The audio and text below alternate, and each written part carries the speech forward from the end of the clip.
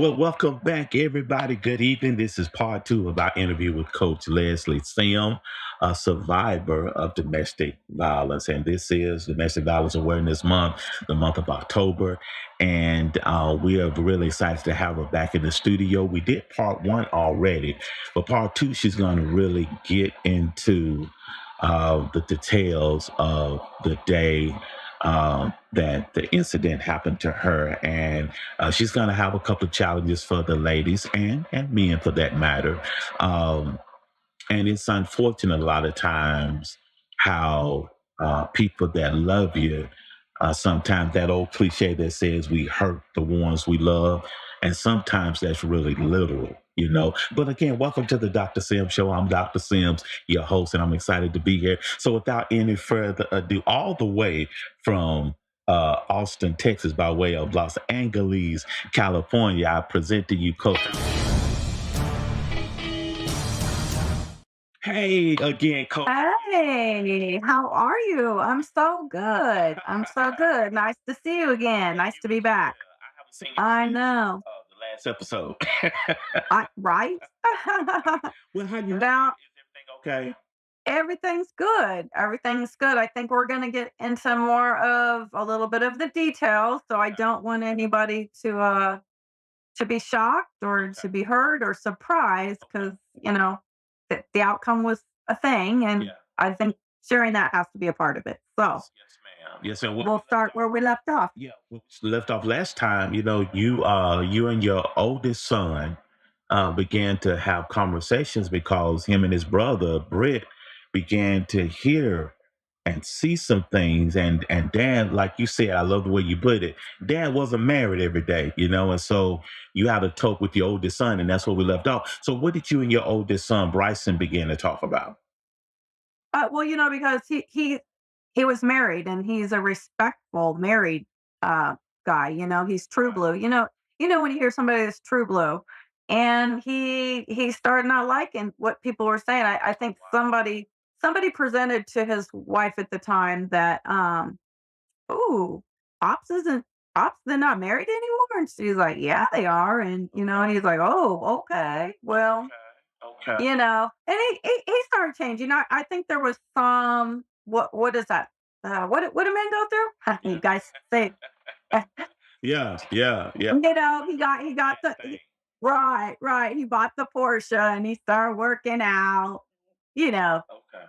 dipping here and dipping there. And you know what? As much as people should think, oh my god, it didn't really hurt my feelings. And Right. in a in a secret way, I was hoping one of these women would take him. Right. Because I thought, you know what? If he, Right. Right.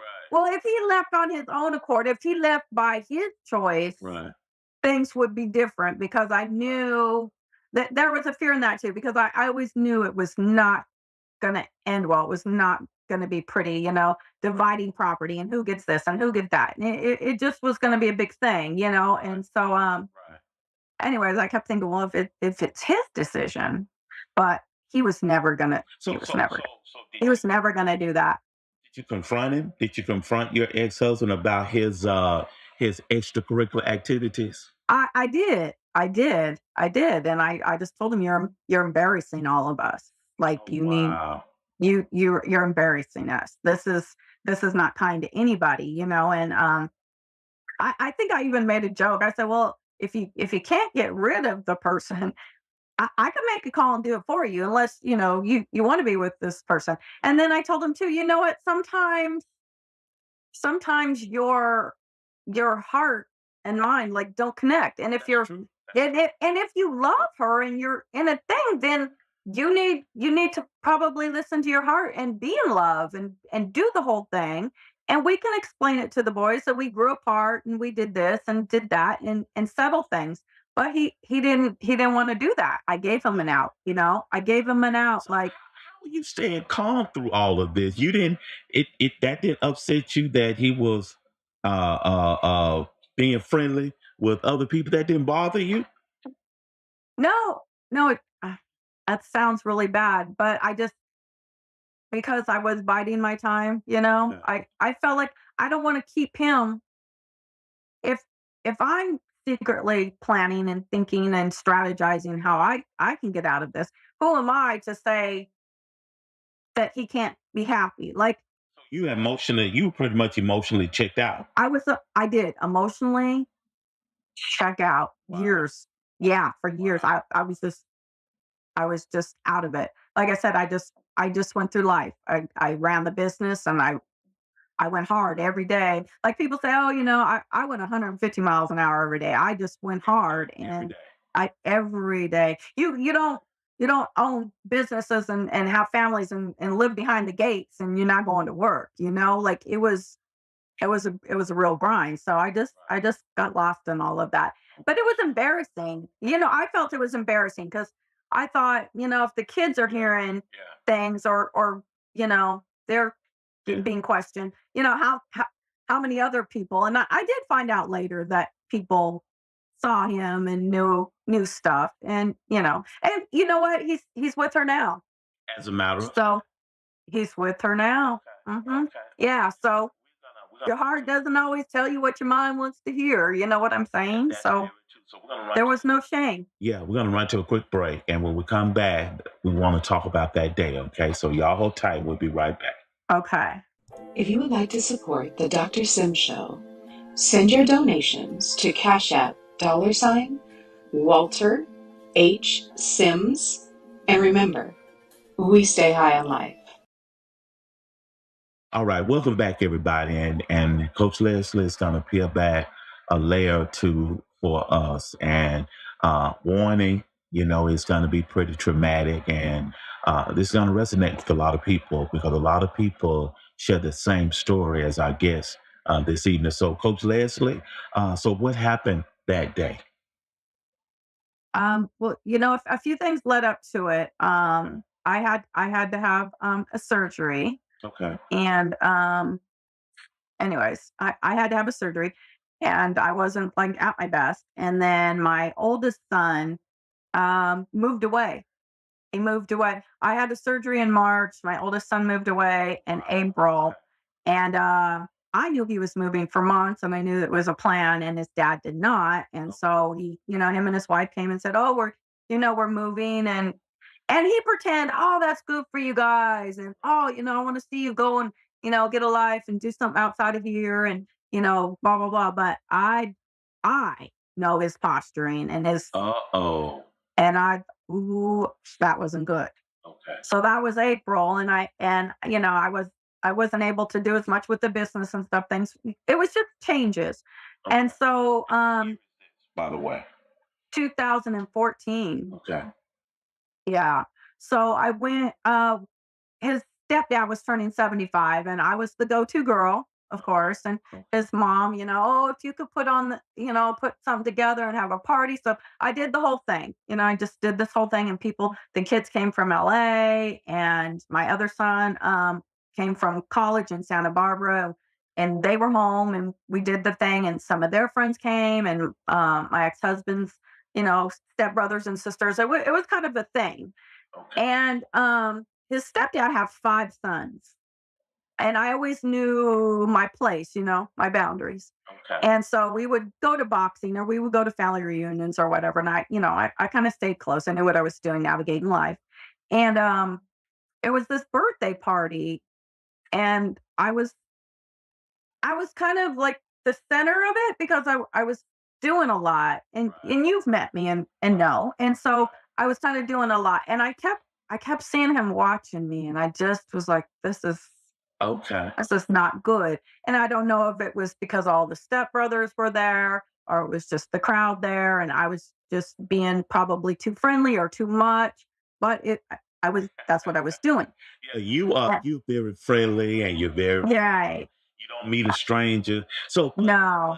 but again, what's so ironic a lot of times, he has a friend, but Hmm. yet he still feels super possessive of you. You're still his wife. So that's Yes. so ironic, isn't it? Yeah, yeah, and, and he was changing in that, like I had told you before, I had to get the sports car and, just doing stuff a little most, like, "Oh, okay," like, "Get the car, whatever, I'm not hating on you," but I could see, emotionally he was like changing a little too. But like you said, at the same time, he didn't want to lose his family. He didn't want to lose the image. He didn't want to give all of that away. I'm pretty for sure.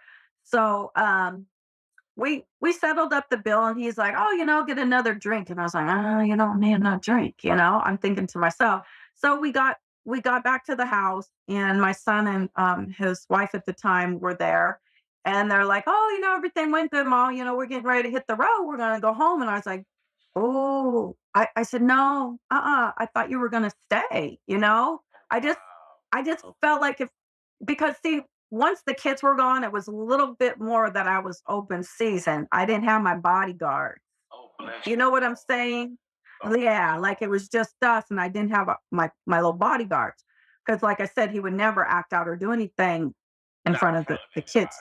No, mm-mm. anybody. Okay. Okay. So I thought, oh, so I remember I got my son in the garage, and I was like, "Ooh, babe," I said, "Could you stay? I'll do breakfast and stuff. Like, don't go." And I started having tears, and he's like, Oh, "Mom, what's wrong with you?" And I said, I thought you were going to stay. I wish you would stay." And I said, "Dad's kind of being weird. Did you notice he's being weird?" And he's like, "No, Mom, he's just being the same self." Da, da, da. I was like, "Oh, okay." And so then my younger son, I was like, "Well, where are you off to?" He was, getting dressed. I was like, "Where are you off to?" "I'm gonna go hang with the fellas." And I was like, "Oh my gosh." okay. And so I was alone, and I just knew something was not right.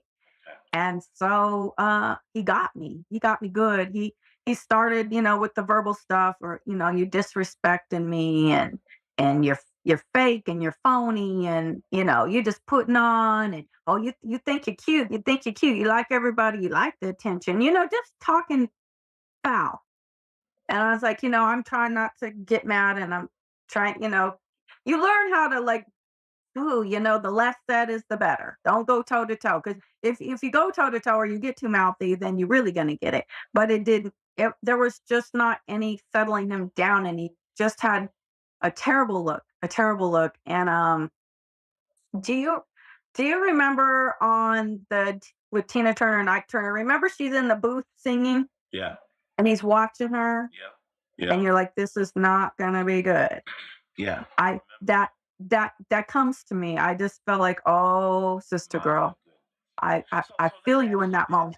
You were pleading with the boys. Did you think to go anywhere that night? Why did you stay? If you felt something I about I could, yeah, I could. Where was I gonna? I didn't have anywhere to go. By this time, it's like 10 o'clock at night. Where was I going? okay. Okay. Yeah, yeah, yeah. You Like were we at had the the whole birthday party. yeah, we had the whole Okay. birthday party, and Okay. then got home, and yeah, and so I just thought, oh no, and he started in, and I went to, get the phone, and he had unplugged the phone. You know how your landline, he had unplugged the phone, Wow.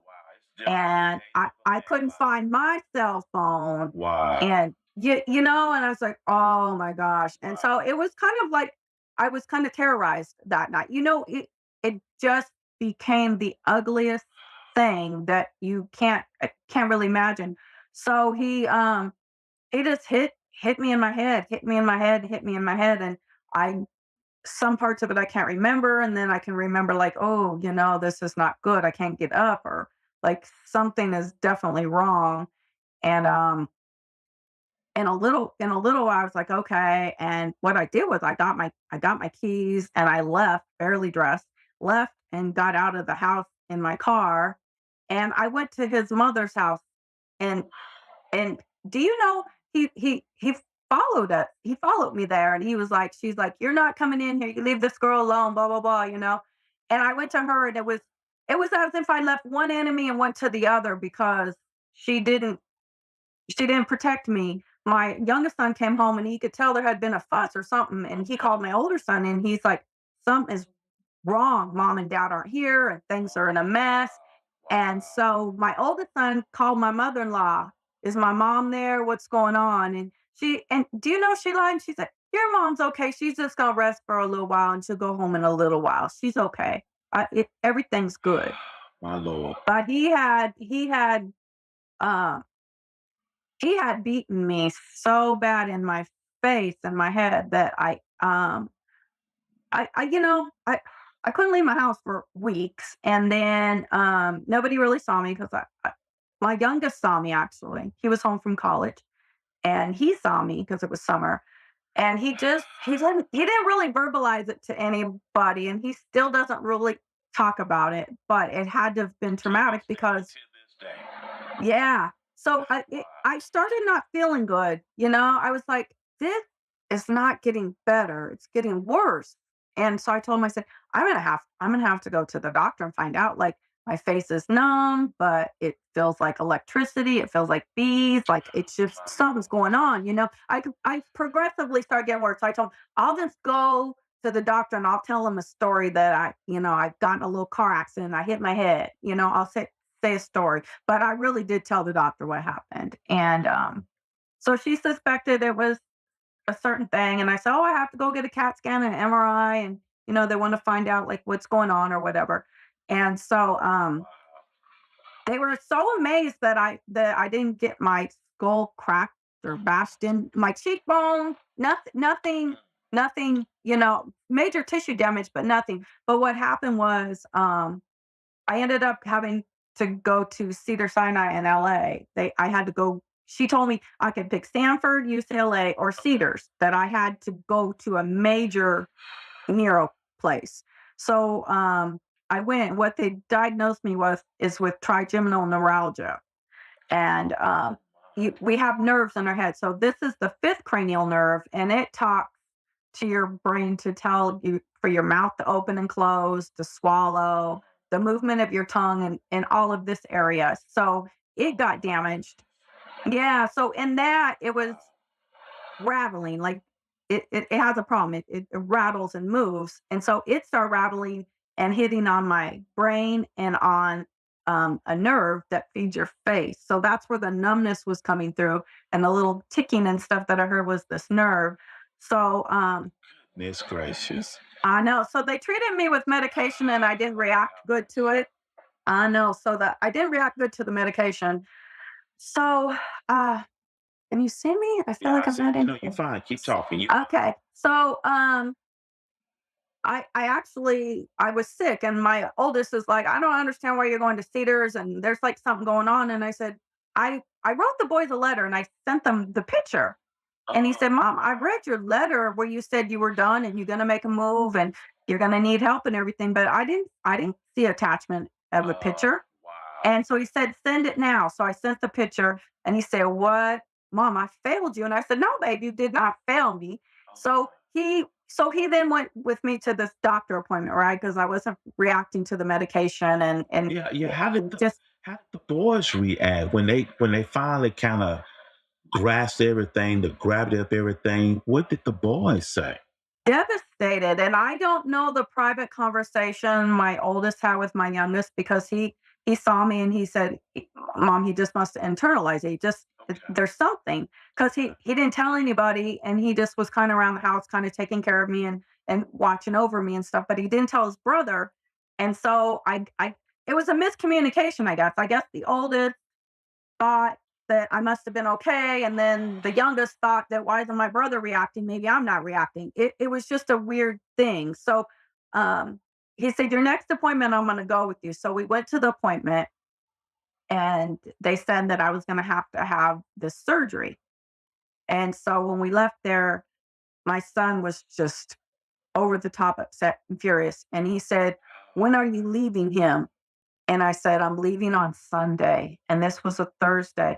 I had made secret plans and I didn't tell not a single soul. I didn't want anybody to accidentally say it. I just didn't even want to put it out there. So, So where, um, where we gonna go now?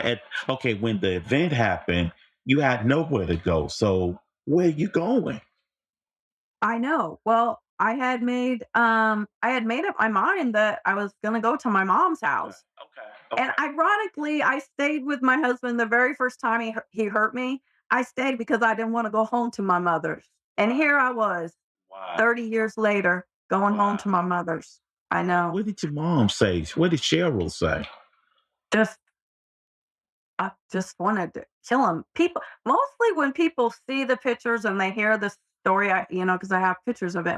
When they hear the story, they wanna wanna go do something to them, which that's not gonna do anything. I know, right? Did you press charges at any time? What kind of communication did y'all have after you kind of got a little bit better and everything? You didn't want to We press I just went back to business. okay. I just went back to business of Bless living your and heart. navigating Bless your heart. secretly making my plans. I was doing stuff like meditating and getting strong within my mind because I knew that this was, that now I have to go And and I know I'm the way you explaining it, this almost took your life, didn't it? This was that it, tragic. You could have died behind this.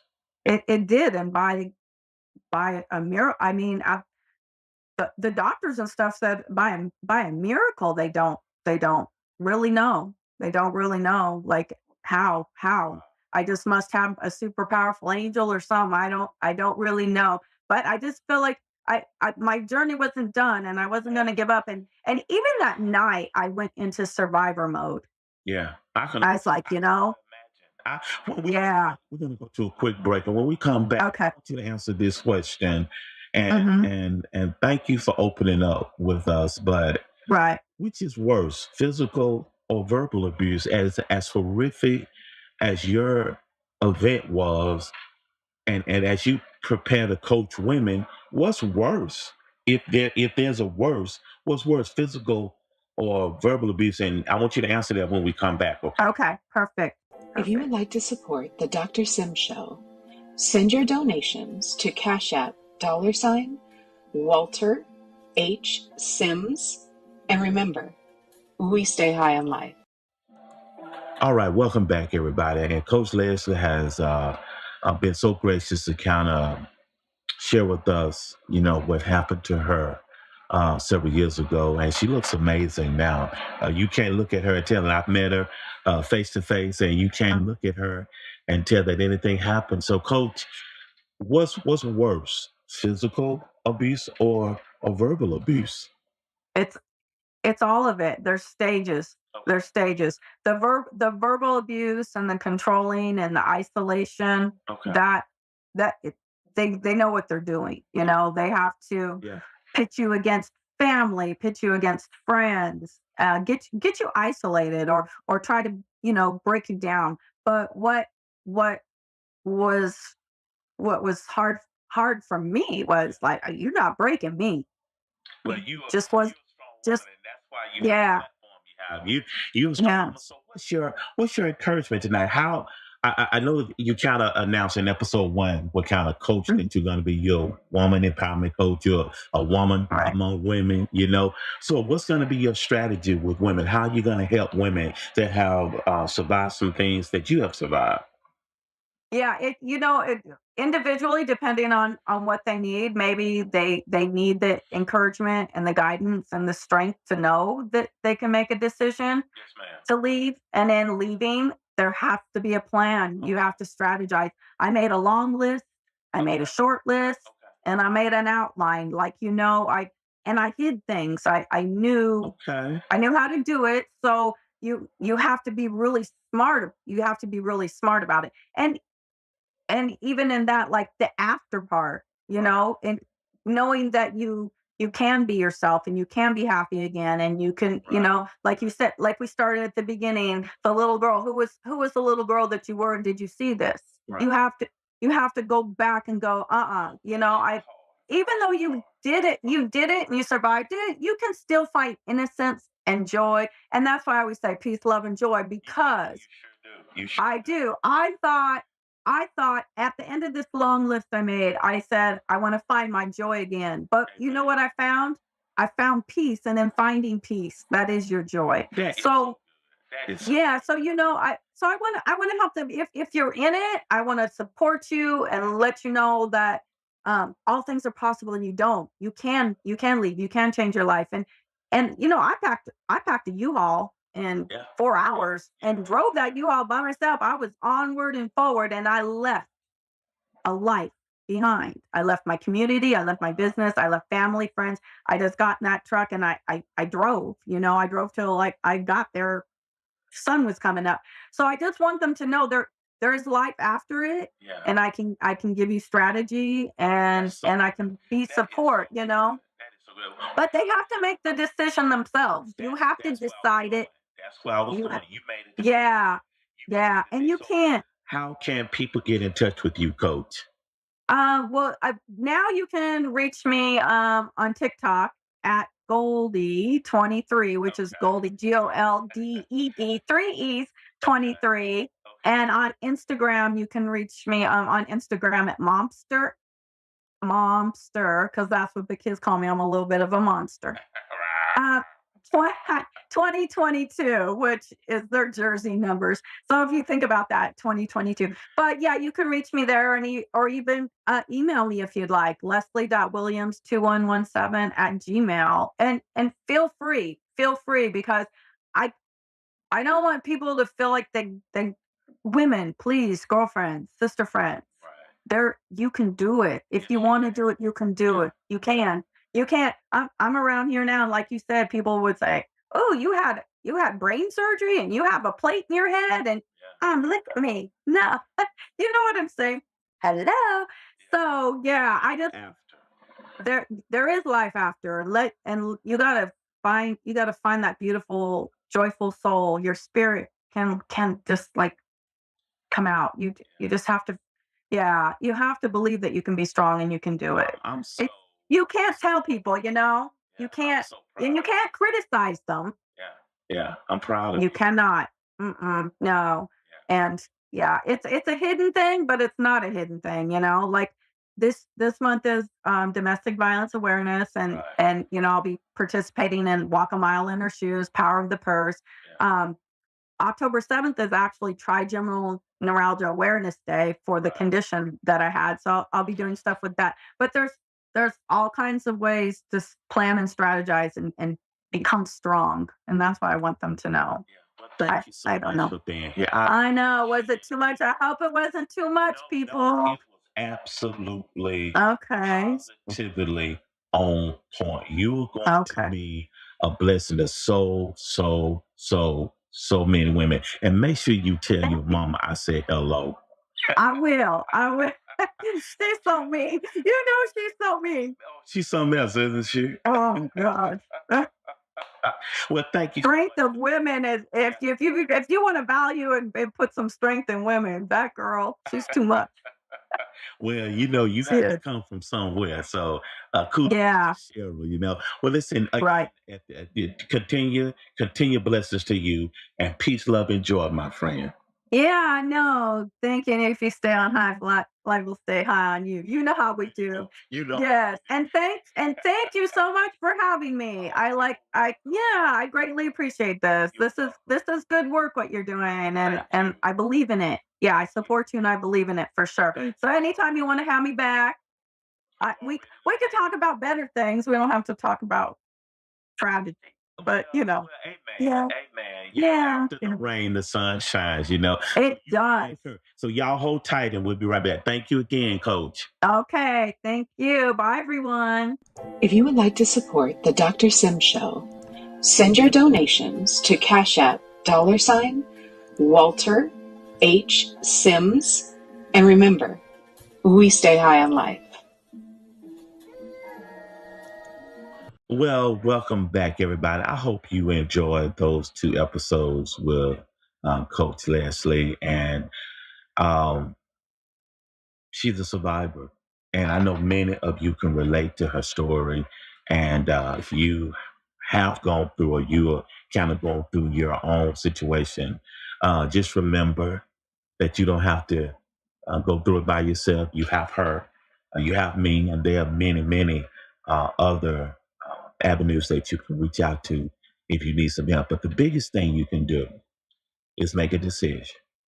If you're going through a situation and you're trying to decide what to do, you're one decision away from changing your life. Remember that. You don't have to stay stuck. You can do something about your situation. And remember, we stay high on life. Until next week, love you. This has been Dr. Sims.